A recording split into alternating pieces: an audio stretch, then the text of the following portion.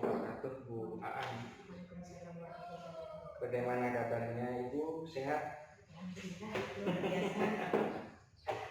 Baik, jadi seperti apa yang sudah kita sepakati bersama, bahwa hari ini Ibu itu akan melaksanakan pendampingan individu yang ketiga, individu yang ketiga. Nah, di mana pendampingan individu tiga ini, buaan temanya adalah implementasi pembelajaran yang berpihak pada murid. Implementasi pembelajaran yang berpihak pada murid. Jadi ini menyesuaikan dari apa yang sudah Ibu pelajari selama ini bersama Fasil. Dan Ibu itu sudah belajar pembelajaran berdiferensiasi, pembelajaran sosial dan emosional juga. Jadi ini sangat pas sekali dengan tema kita saat ini, implementasi pembelajaran yang berpihak pada murid. Fokus pendampingan individu 3 ini, fokus pendampingannya yang pertama, saya dengan Bu Aan itu akan melakukan refleksi, akan berdiskusi, akan melakukan refleksi berkaitan dengan hasil umpan balik yang sudah diberikan oleh warga sekolah kepada Ibu.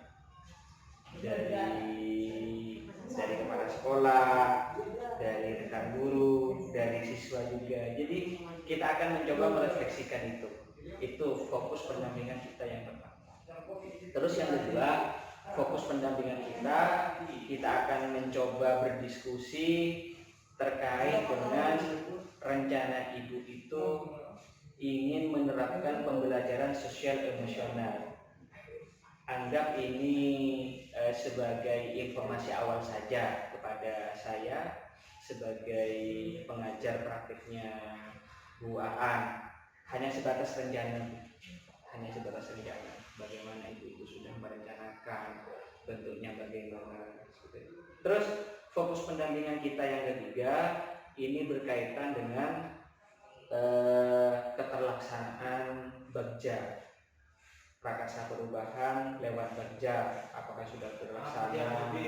Kalau belum, terus terlaksananya sampai di tahap yang mana, kita akan mencoba berdiskusi. Itu 3 poin itu yang menjadi fokus pendampingan kita hari ini. Lain-lainnya tidak ada masalah. Maksudnya misalnya Ibu itu dalam melakukan praktek baik di sekolah, ingin menerapkan, ingin mengimplementasikan ilmu-ilmu Ibu.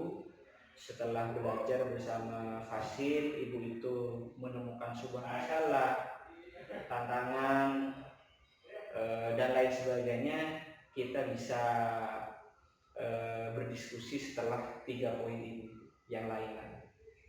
Baik, Bu Aan, mari kita awali pendampingan individu 3 ini.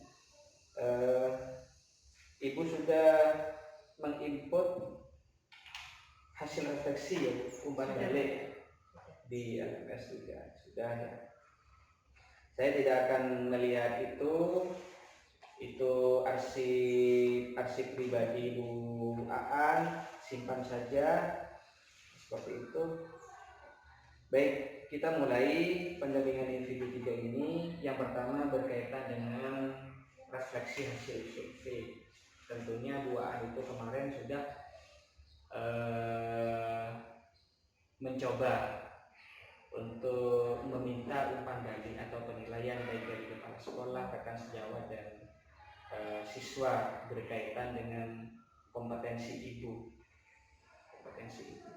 Nah, berdasarkan hasil umpan balik yang sudah dilakukan oleh Ibu dari kepala sekolah, dari rekan sejawat dan siswa juga, menurut penilaian mereka, apa yang masih kurang baik atau yang perlu ditingkatkan dari diri Ibu, tentunya berdasarkan penilaian mereka.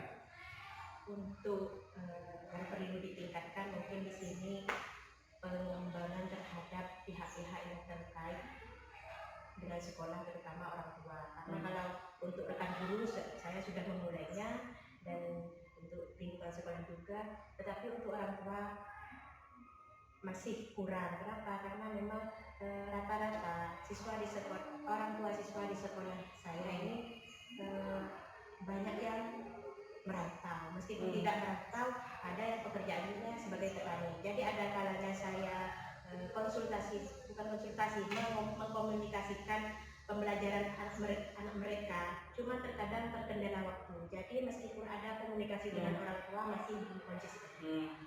Iya, baik Ibu. Nah, jadi ini berkaitan dengan koordinasi ya, koordinasi dengan orang tua, komunikasi yang baik, apa yang sudah baik dari peserta didik, program-program apa yang sudah berjalan. Artinya buaan itu kalau anaknya di sekitar sekolah, baik ke guru, kepala sekolah juga, pokoknya yang berkaitan dengan sekolah sudah memulai. Artinya yang masih belum atau yang perlu menjadi pemikiran kita itu yang ke orang tua. Nah, dari apa yang perlu ditingkatkan terkait dengan koordinasi ini, apa kira-kira rencana ke depannya agar permasalahan ini bisa kita selesaikan? Terus. Jadi rencana saya itu mungkin mengkomunikasikan dengan orang tua, bagaimana mengatur waktu pertemuan antara saya dengan mahasiswa, ataupun sehingga mereka juga bisa merencanakan kapan mereka bisa bertemu saya ataupun melaksanakan pekerjaan mereka. Jadi bisa diatur bagaimana waktu itu. Kita di sini kalau yang untuk di luar negeri mungkin hanya lewat telepon atau lewat telekomunikasi saja. Ya, itu. Nah, kira-kira menurut Ibu siapa yang perlu dilibatkan dalam hal ini agar keinginan Ibu itu tercapai? Keinginan Ibu itu kan barusan itu hanya koordinasi yang ke orang tua, Pak, saya itu yang merasa kesulitan. Terus Ibu sudah ada angan-angan ingin meminit waktu agar orang tua bisa lebih mudah untuk bertemu dengan Ibu. Bahkan yang di luar negeri misalnya kita akan intens untuk berkomunikasi lewat layar. Nah, dari rencana-rencana Ibu itu siapa kira-kira menurut Ibu itu yang harus dilibatkan dalam hal ini agar rencana Ibu ini berjalan dengan maksimal sesuai dengan harapan Ibu? Pertama ya tentunya kepala sekolah, karena apapun itu biasanya harus dengan izin kepala sekolah. Yang kedua guru BK, karena sebagai guru BK tentunya itu memiliki semua kontak orang tua siswa. Jadi siapa yang perlu saya hubungi, nanti saya menghubungi guru BK. Bagaimana juga penyelesaian dari guru BK terhadap masalah-masalah yang ada, itu saya bisa belajar dari sini. Baik, mudah-mudahan apa yang diharapkan oleh Bu Aan itu bisa tercapai, karena memang bukan hanya beberapa lembaga saja yang seperti ini yang memang kesulitan untuk berkoordinasi dengan orang tua. Terkadang orang tua itu ini pasrah penuh ke sekolah itu. Apa yang dia kerjakan, anak-anak itu terkadang orang tua itu memang pasrah penuh dan seakan-akan tidak mau tahu sebetulnya. Mereka lebih fokus ke pekerjaannya seperti itu. Nah, yang kedua terkait rencana penerapan pembelajaran sosial emosional. Nah, kemarin Ibu itu sudah belajar di modul berapa pembelajaran sosial 2.2 ya. Ibu itu sudah belajar bersama fasilitator PSE itu ada KSE secara kompetensi. Jadi kompetensi-kompetensi yang diharapkan akan dimiliki oleh siswa setelah pembelajaran sosial dan emosional itu. Baik, apakah Ibu itu sudah merencanakan pembelajaran sosial emosional di sekolah? Sudahkah ada rencana?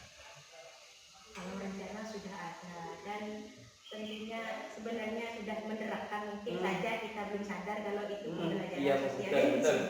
Saya sepakat dengan Bu Aan, karena pembelajaran sosial ini kalau kita mengaca ke kurikulum 2013 itu kan ada KI 1, KI 2, 3, dan 4. KI 1 itu kalau tidak salah spiritual, KI 2 sosial, KI 3 itu pengetahuan, KI 4 itu keterampilan. Sebetulnya sudah, hanya saja mungkin di kurikulum Merdeka ini lebih rinci, lebih spesifik.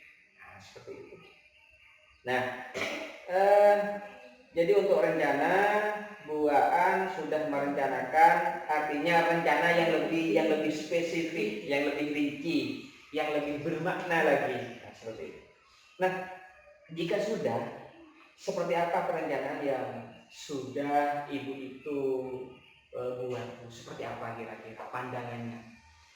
Bagaimana saya memasukkan bagian elemen dari kesadaran sosial emosional itu terhadap rencana kegiatan yang akan saya lakukan dengan siswa. Seperti dalam PDP nanti saya tentukan ini bagian kompetensi sosial emosional yang mana, nanti saya jelaskan di tiap kegiatan yang saya jabarkan di rencana pelaksanaan pembelajaran. Baik, iya. Tentunya di pembelajaran sosial emosional ini kan kemarin secara teori kan ada berapa cara, Bu? Iya, KSI-nya. Ada 3 ya, Bu ya. Ada yang pembelajaran eksplisit ya, Bu. Ya, integrasi. Ada integrasi, terus diintegrasikan dengan iklim ya, iklim sekolah dan budaya sekolah. Misalnya seperti yang tadi Jumat Beramal ya. Sebetulnya sudah, hanya saja mungkin begini. Artinya kita tidak pernah fungsinya Jumat Beramal ini apa agar kita itu belajar untuk berbagi, sebetulnya sudah ada kegiatan-kegiatan seperti itu ya, Bu. Baik. Nah, dari pembelajaran sosial emosional ini apa yang diharapkan oleh Bu Aan setelah menerapkan pembelajaran sosial emosional ini? Apa yang diharapkan, Bu, dari anak-anak? Apa yang diharapkan? Kalau untuk siswa, pastinya bagaimana karakter mereka dibuat masuk dalam manajemen bimbingan, kesadaran sosialnya, dan keterampilan berrelasi bersama rekan-rekan. Jadi bagaimana karakter mereka dalam bidang itu bisa lebih kuat. Baik. Iya. Misalnya Ibu itu menerapkan dalam pembelajaran ada diskusi misalnya. Terkadang diskusi itu kita hanya anggap sebagai formalitas saja. Tapi kalau kita kita lebih rinci lagi, ternyata dalam diskusi itu kita bisa mengajarkan sosial emosional ini. Keterampilan berrelasi. Nah, bagaimana anak-anak relasi. Dan bertanggung jawab dengan betul. Mereka. Nah, diskusi untuk menyelesaikan masalah ini tentunya bukan hanya bisa kalian laksanakan untuk memecahkan di sekolah, tapi ketika kalian bisa saja memecahkan dari permasalahan kalian dalam kehidupan sehari-hari. Bagaimana kalian berrelasi, bagaimana kalian memutuskan keputusan yang bertanggung jawab, kan seperti itu. Baik. Nah, ini sudah di bagian akhir ya, sudah di bagian akhir pendampingan kita terkait keterlaksanaan tahapan Bagja. Nah, jadi kemarin di Loka 2 ini, bahkan keterlaksanaan Bagja di Loka 2 ini ada lembar kerja kemarin terkait dengan Bagja ini. Nah, apakah ibu itu telah menerapkan prakarsa perubahan lewat metode Bagja. Apakah sudah, Bu? Apakah telah menerapkan? Sebenarnya kalau untuk menerapkan itu sudah Pak, cuma kalau untuk melihat hasil yang maksimal itu belum, karena dari beberapa tahapan Bagja seperti dari mimpi ini kan, kalau mimpi tentunya dari dulu kita sudah mempunyai mimpi seperti apa murid kita. Tapi di sini ada pada tahap akhir yaitu atur eksekusi. Nah, bagaimana kita mengkomunikasikan dengan kepala sekolah dan rekan-rekan guru lain di samping mereka punya kesibukan. Kita kan juga meminta observasi dari mereka seperti apa langkah yang sudah saya lakukan. Jadi di situ perlu adanya kesepakatan seperti apa dengan rekan guru baik, dan itu juga dengan kepala sekolah. Jadi meminta waktu mereka bagaimana mereka bisa memberikan umpan balik ataupun penilaian terhadap apa yang sudah saya lakukan. Baik. Nah, berarti hasilnya masih untuk sementara masih belum sesuai dengan apa yang diharapkan oleh ibu ya. Nah, apa kira-kira tantangan Bu Aan itu selama ini? Kenapa prakarsa perubahan itu masih belum atau proses masih belum tercapai? Apa kira-kira tantangannya? Selain yang bagaimana kita mengkomunikasikan dengan rekan, kita juga lihat bagaimana kondisi murid kita. Jadi itu merupakan tantangan tersendiri, karena tidak semua murid itu meskipun sudah kita gali, sudah kita pelajari apa yang dibutuhkan siswa seperti apa, tapi kenyataannya ketika kita sudah mempersiapkan apa yang mereka butuhkan pada pelajaran berikutnya terkadang berbeda. Mungkin persiapan saya untuk setiap pembelajaran yang akan dilaksanakan itu saja Pak. Jadi kita lebih menyita waktu dan tenaga. Setiap akan melaksanakan pembelajaran, kita harus mengkaji lagi apa yang diinginkan oleh siswa. Oke, baik Bu Aan. Nah, kita sudah berakhir di sisi pendampingan individu 3 ini. Saya perlu mengingatkan ke Bu Aan itu nanti untuk di loka 3 Ibu perlu membawa RPP yang berdiferensiasi. Ibu tinggal yang disetor di LMS kemarin di demonstrasi kontekstual itu. Terus yang kedua, nanti di pendampingan individu 4 Ibu itu nanti akan praktek mengajar. Namun sebelum praktek mengajar, Ibu itu perlu membuat RTP yang di dalamnya sudah terintegrasi pembelajaran yang berdiferensiasi dan pembelajaran sosial dan emosional. Nah, itu. Nah, terkait dengan RTP ini, sebelum pendampingan individu 4 itu, saya perlu melihat RTP-nya Ibu bagaimana. Syukur-syukur nanti tidak ada yang direvisi. Kalau misalnya ada beberapa hal yang kita sepakati harus direvisi, Ibu revisi dulu sebelum pelaksanaan pendampingan individu 4. Nanti Ibu itu akan ditemani saya. Ibu itu melaksanakan praktek mengajar. Baik, itu sementara Bu Aan pendampingan individu 3 ini. Terima kasih waktunya. Saya sangat mengapresiasi sekali terkait dengan antusiasme teman-teman di GB itu, terutama Bu Aan. Saya memantau terus di LMS itu ketika teman-teman di GB termasuk Bu Aan ketika melakukan sesi daring bersama Fasil cukup antusias dan termotivasi. Saya mengapresiasi hal itu. Hanya saja harapan saya Bu, mari kompetensi-kompetensi atau ilmu-ilmu yang sudah Ibu peroleh selama pendidikan guru penggerak ini, paling tidak mari kita implementasikan dari hal-hal yang termudah dulu. Yang termudah dulu lah. Jangan sampai semuanya menurut saya. Kalau semuanya tak korup. Pokoknya yang mudah saja, yang mudah saja. Terutama pembelajaran yang betul-betul bermakna. Misalnya di kurikulum-kurikulum sebelumnya di kegiatan persepsi itu kan kita itu sebagai guru kan dituntut untuk menyampaikan tujuan pembelajaran. Akan tetapi ini yang sering kita lupa. Kita itu menyampaikan tujuan pembelajaran, tapi kita tidak menyampaikan manfaatnya apa kepada siswa. Nah, jadi tujuan dan manfaat kan berbeda ya. Ini yang sering sebetulnya. Yang sering kita lupakan.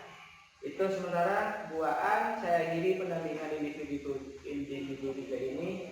Wassalamualaikum warahmatullahi wabarakatuh.